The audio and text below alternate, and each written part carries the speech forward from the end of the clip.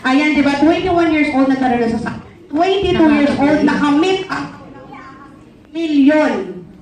Royal. Hindi Diba? ba kayo na-excite sa ating first sharer? Hello?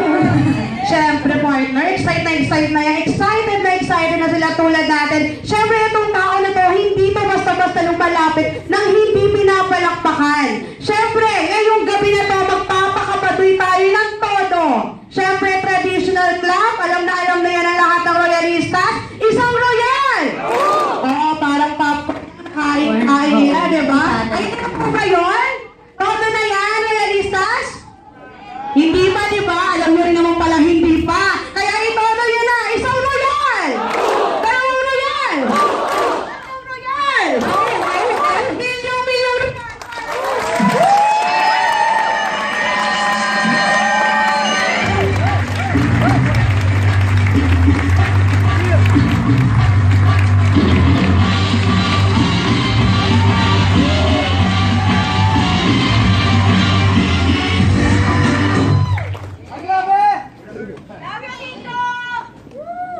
Hello.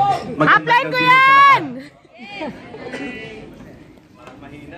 Mahina yung mic mo. Mahina kasi yung mic. Ba't ganon? Walang mic. Hello. Malapit ako sa'yo, ate. Ayan, ikaw yata yung signal. Hello. Mike. Hello. Ayan. Sir Mike ta? Meron yata dito tagay pang mundo. Sinasabotahan yata tayo. Yes! Magandang gabi ulit sa lahat. Pwede ka ba muna marinig yung palakpakan mo? Bayaman! Anyway, my name is Dan Silverio. Mas kilala ho ako sa pangalang Ding Dong Dantes. Sabi sa akin ng nanay ko, anak, ang kapal-kapal talaga ng mukha mo. Ilang ulit ko bang kailangang ipaliwanag sa'yo na mas gwapo ka kay Ding Dong? Yes! Alam niyo, pagpasensahan niyo na ho yung nanay ko, baliw na baliw talaga sa akin yun eh. Sino din may mga anak na taas ang kamay? Sinong mas gwapo? Artista anak. Anak! Tingnan niyo, baliw din. Anyway, my mother is the one who invited me in this business. Yung nanay ko ho nag-imbita sa akin dito. Wala naman sigurong nanay ang gustong isama yung anak sa hindi maganda. Tama mali? Kaya lang at that moment, at that time of my life, I was so skeptic, so negative about this kind of business. Sabi ko, ayoko ng mga ganitong klaseng negosyo. Pag may produkto, dalawa lang yan. It's either bebentahan ko o pagbebentahin ka. Tama mali? Tama. Sabi ko, ayoko ng ganyan. Ang git-git ko, magbebenta ako ng ganyan. Hindi sa akin yan bagay. Kaya lang, alam niyo ladies and gentlemen, after 3 months of doing the business, nakita ko yung nanay ko, may magandang nangyayari sa kanya. So what I did, I gave myself a chance. Sabi ko, it's about time pagbigyan ko yung sarili ko. Kailangan makita ko rin yung negosyo na yan, kung ano ba yan. And then sinilip ko yung negosyo. Alam niyo, that time, inis na inis ako sa nanay ko. Lagi ako naaasar sa kanya kasi lagi niya ako pinipilit mag-royal. Sabi ko sa nanay ko, manaman, ang tanda-tanda mo na, nagpauto ka pa dyan. Nagalit yata yung nanay ko sa akin. Sabi sa akin ng nanay ko, anak, tanggap ko yung uto-uto, pero yung matanda, hindi. Alam niyo to, cut the long story short, yung dating negative, yung dating ayaw, yung dating umaarte pa na ayaw mag-royal. At the end of the day, sabi ko sa nanay ko, nakita ko kasi kumikita siya eh. Sabi ko, ma, pwede ba utuin mo na din ako? Alam niyo ho, I was 20 years old that time. When I started this business, akala ko madali lang. Sabi sa akin, dalawa lang yayaman ka na. May nagsabi pa sa inyo ng ganon? Akala ko ganun lang kadali yun, but guess what? Hindi ko na ho mabilang, hindi ko na ho malaman, hindi ko na ho maalala kung ilan yung taong nag-reject sa akin. Ilang libong taong kinausap ko sa Facebook, nag-advertise pa ako kung sino-sino kamag-anak pa namin yung nilapitan ko. But at the end of the day, ang hirap pala. Sa dami ng kinausap ko, ladies and gentlemen, dalawa lang yung naniwala sa akin. Alam niyo, wala parang problema pag humihiling ka sa taas. Naniniwala kayo doon? Yes! Walang problema kay Papa. Sa yaman yan, pwedeng ibigay kahit ilan yung hilingin mo. Pero ladies and gentlemen, walang problema sa taas, ang problema sa humihingi. I remember the day, sabi ko sa kanya, Lord, bless me with enough people, I will make them rich. Yes! Yes! Doon ko napagtanto, hindi naman pala ako humiling ng maraming downline. Humiling lang ako enough. But guess what, today, yung dalawang unang naniwala po sa akin, parehas po milyonaryo na sa Royal. Ay, grabe! Alam niyo, I still remember that the first day I attended the RB, yung Royal Business Presentation ho. The speaker asked, sino yung gustong yumaman taas ang kamay? O practice dito, sino yung gustong yumaman taas ang kamay? Alam niyo, ladies and gentlemen, may mga tao hindi nagtaas ng kamay. And for sure, makakakunik ka sa akin. That day that question was thrown into me, hindi ko may taas yung kamay ko for a very single reason. Sabi ko, how can I raise my hand? I am nobody. Hindi ko naman kayang yumaman eh. For the longest time, wala akong kayang patunayan, hindi ako nagkaroon ng kahit anong award. I remember, sabi ko sa nanay ko when I was in kinder, layo na no, kinder na no. Sabi ko sa nanay ko, bakit ganun? Yung mga kaibigan ko pag mag-graduate, laging may medal, bakit ako wala? Mahal na mahal ako ng nanay ko, nalaman ko. Sabi niya sa akin, anak, magaling ka din. Kaya lang naubusan ka lang. Sino sama? And when I went to high school, from public school, nakapag-transfer ako sa private. Malaking adjustment sa environment. Yung nakikita niyo kung ako na ito ngayon, kung iisipin mo dati, talaga bang binubuli ka, sir? Talaga bang ikaw yung laging inaasar? I have my picture there. Andiyan may picture ko. Nakikita niyo ba? Nakikita niyo ba ako? Sobra bang dilim? Laalala ko, sabi ko sa nanay ko, ma, pwede ba bilang mo ko na skin? Nakikita niyo ba kung nasaan ako dyan? Hindi nga. Hindi ko siya nakikita eh. Ito ako nandito sa gilid ha. Yung matabang maitim mo, nandyan, ako yan. Alam niyo, sabi ko sa nanay ko, ma, pwede ba bilang mo ko na skin white lotion? Kasi lagi ako inaasar eh. Lagi akong binubuli sa school. Para at least kahit mataba ako, maputi ako, hindi na ako asaring negro. Alam niyo, sabi sa akin ng nanay ko, anak, pasensya ka na, wala. Anong wala? Anak, wala ka ng pag-asa. Kaya lang dahil may royal, may pag-asa, tama mali! Alam niyo, ladies and gentlemen, naaalala ko yung mga moment na yun. Sabi ko, hindi ko to kaya eh. Hindi ito yung negosyo na tingin ko para sa akin. Nung high school ako yung mga pinupuli parate. Ako yung laging inaasar ng mga barkadahan. Alam niyo, minsan napagtripan ho, kasi sinusubuan ako ng mga kaibigan ko ng show. Trip-trip lang. Kinakabahan ho ako nun. Baka makita ng teacher namin kumakain na ako, hindi pa recess. Sabi ko nga, buti dati pa yun, ang uso pa lang ng chalk, hindi pa whiteboard marker. Sabi ko, mas mahirap kaya kainin yung whiteboard marker. Di ba? Huwag ko kayo mag-alala. When I turned to college, ladies and gentlemen, I became an outstanding student. Grabe. Yes, kayo dyan. Alam niyo, outstanding student. Mr. Silverio, stand up! You go out! Kaya nung tinanong sa akin, ladies and gentlemen, tingin mo ba pwede ako yumaman dito? Yung maiintindihan mo ako pag sinabi kong hindi. I feel so worthless that time. Sabi ko, I am nobody, hindi ko yan kaya. But when you change your perspective, something in you will change. When you change your perspective, that's the time you can change your life. Tama. Nag-umpisa ko maniwala sa sarili ko. Sabi ko, kung nagawa nila, bakit hindi sasabihin sa sarili ko na kaya ko din? Before ka mag-umpisa sa laban na to, una pa lang na kailangan pagkatiwalaan mo yung sarili mo. Dahil kung wala kang tiwala sa sarili mo, walang tao magtitiwala sa'yo. Tama mali? Sabi ko sarili ko, I cannot change the past, but I can always make a better future in Royal. Tama mali? Alam nyo, noong mga panahon na yun, nilalapitan ko yung mga kaibigan ko. Kinakausap ko yung mga close friend ko. Sabi ko sa mga kaibigan ko, pare, yayaman na tayo, nakakita na akong bagong business opportunity. Tingin ko, eto na yun. Sabi sa akin ng mga kaibigan ko, pare, ikaw na walang ginawang tama, ikaw na lang. Huwag mo na kami idamay dyan. Ang sama ko ng loob ko noon, sabi ko sa tatay ko pa, nakakita na ako ng paraan para makabayad ka ng utang mo. Sabi sa akin ng tatay ko, anak, tanda kong to, tingin mo maluloko mo pa ako. Alam niyo, sama ng loob ko that time eh.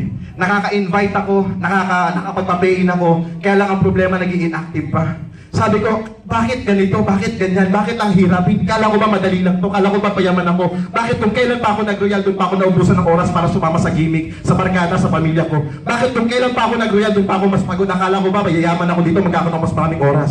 But I was wrong. Sabi ko, parang hindi yata tama to. And then I attended training. All the while, hataw ako ng hataw. All the while, invite ako ng invite. All the while, ginagawa ko yung pag-royal. Present ako ng present. Pero merong kulang sa akin. Hindi ho ako dapat training. And then I realized in the training, what you think, you say, what you say, you do. Eh simula nung naisip ko yun, sabi ko, kaya pala ako hindi kumikita because sometimes nag-iisip ako ng mga negative. Sometimes iniisip ko mahirap na nagiging mahirap talaga. Sometimes iniisip ko wala akong mai-invite kaya wala talaga nai-invite. But when I changed my perspective once again, kumita ho ako. Nung kumita ho ako, nagkaroon ako ng grupo. Nung nagkaroon ako ng grupo, natikman ko kumita ng passive income. But the end of the day, nalulungkot ho ako, I need to start all over again. Nawala ho yung grupo ko. Nagkasabay pa ako, nag-resign ako sa trabaho. Ayaw ng nanay ko, ayaw ng tatay ko, ayaw ng kahit na sino, even my girlfriend. Pero ginawa ko dahil naniniwala ako sa Royal. Pagkatapos ko mag-resign, ladies and gentlemen, lalo ho nawala yung grupo ko.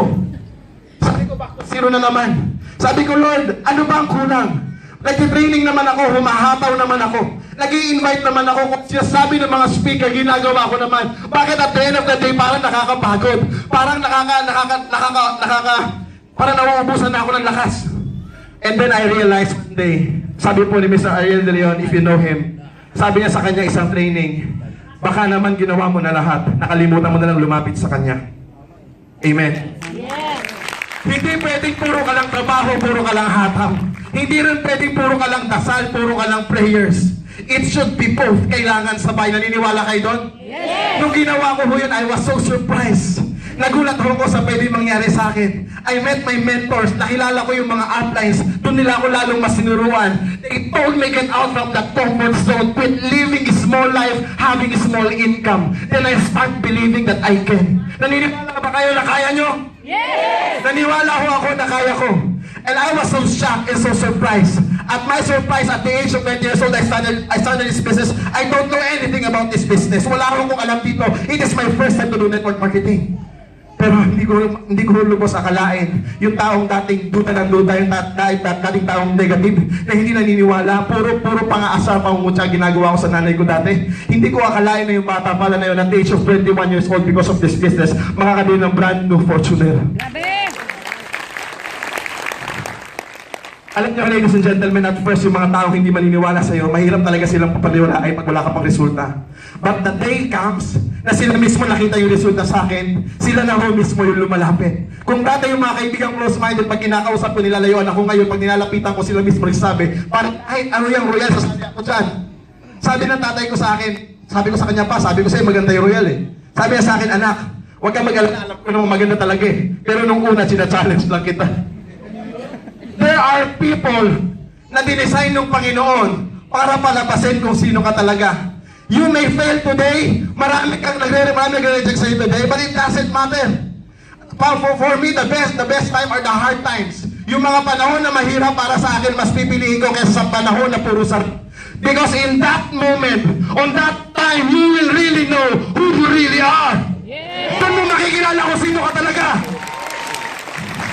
At the age of 22 years old, I'm so happy to announce, I'm so happy to share. I want to inspire people. At the age of 22 years old po, I was awarded as one of the millionaires of this company. Grabe!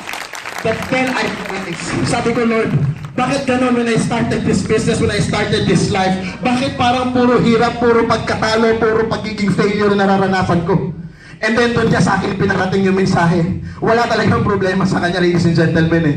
Gusto niya lang sabihin sa ating lahat na pwedeng hindi niya pa binibigay yung gusto mo kasi may mas magandang paparating para sa buhay mo. Naniniwala kayo doon? Yes! Yun din ho yung pinaniwalaan ko eh. Alam niyo, para sa akin ho, ay di ko na ho gusto pahabain yung sharing ito. Isa lang ho masasabi ko, nagawa ho namin to eh. Ibig sabihin, kaya niyo ho. Ako nga na dating hindi naniniwala eh. Ako nga na dating negative. Ako nga na dating hindi ko akalain, papasukin ko pala yung ganitong klaseng negosyo na ngayon nagasalita na sa harapan ninyo. Ako nga na dating nakikinig lang sa mga idol natin, kasabay ko na nag-i-inspire ngayon. I could not just imagine 3 more years. Give me 3 more years from now, 2 more years from now, with the kind of system that we have, with the kind of Royal that we have, with the kind of management that we have, even others turn around, even our allies before turns against us, it doesn't matter, because we have friends, we have the management, we have our chairman.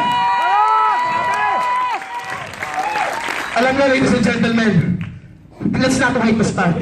Ilang kwento pa ng tagumpay ng buhay kailangan mo marinig para simulan mo yun sa'yo.